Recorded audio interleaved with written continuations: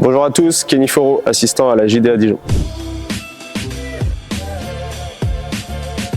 Mon parcours il est très simple, je suis originaire des Sables d'Olonne. J'ai effectué tout mon parcours de jeune entraîneur et d'entraîneur professionnel au Sable, en commençant chez les plus jeunes jusqu'à atteindre la Nationale 1 pendant 3 ans en tant qu'assistant. Et parallèlement à ça, j'ai passé mes diplômes fédéraux et aussi mes diplômes autour de la vidéo, donc d'entraîneur et de vidéo. Et c'est grâce à ça aujourd'hui que j'ai pu intégrer le staff de la JDA Dijon sur l'équipe professionnelle. Mon rôle il est plutôt simple et précis, j'ai plusieurs grands axes. Le premier autour de l'analyse vidéo, et un deuxième point qui est autour du travail individuel des joueurs. Et on va dire un troisième qui est plutôt logique, c'est-à-dire être force de proposition pour le coach et pour le staff, que ce soit pendant les entraînements, au bureau ou pendant les matchs. Sur la partie du travail individuel, ça peut être à la demande des joueurs avant ou après les entraînements ou à la demande du coach. Et donc on peut donner plusieurs types de workouts. Il se retourne vers toi, c'est là, tu vas avec de la vitesse. Mais il faut pas que tu restes à l'arrêt.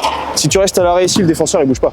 Sur l'analyse vidéo, on commence toujours par aller récupérer les matchs sur une plateforme qui s'appelle Keymotion. À partir de ces matchs-là, donc on va les coder grâce à un logiciel qui s'appelle SportCode. Sur ce logiciel, on va donc coder les matchs, ça veut dire créer des séquences en fonction du nombre de matchs que je vais faire pour avoir un résumé de leurs attaques et de leurs défenses. À partir de ce codage, on va créer un playbook. Ce playbook, c'est un livre de système de l'adversaire sur lesquels on va les mettre par catégorie. Le deuxième document, ça va être un scouting report. Le scouting report, c'est un résumé de l'adversaire, offensif, défensif, et ensuite une deuxième partie où on va aller cibler l'individu chez l'adversaire, où on va créer une petite carte d'identité. À partir donc de ces deux documents, moi, ça me permet d'avoir des résumés et de les envoyer au coach. Et ensuite, on va créer des montages. Les montages, j'en ai 3 à faire. Le premier, c'est un montage collectif autour des plays. Le deuxième, ça va être un montage juste défensif. Et le troisième, ça va être un montage individuel. La carte d'identité que j'ai créée sur papier, je la montre en vidéo pour qu'ils aient un visuel. À J-2 du match, on va montrer la défense de l'adversaire. On mettra ensuite en corrélation sur l'entraînement. À J-1, on va montrer les plays de l'adversaire. Et ensuite, le jour du match, on va juste se focus sur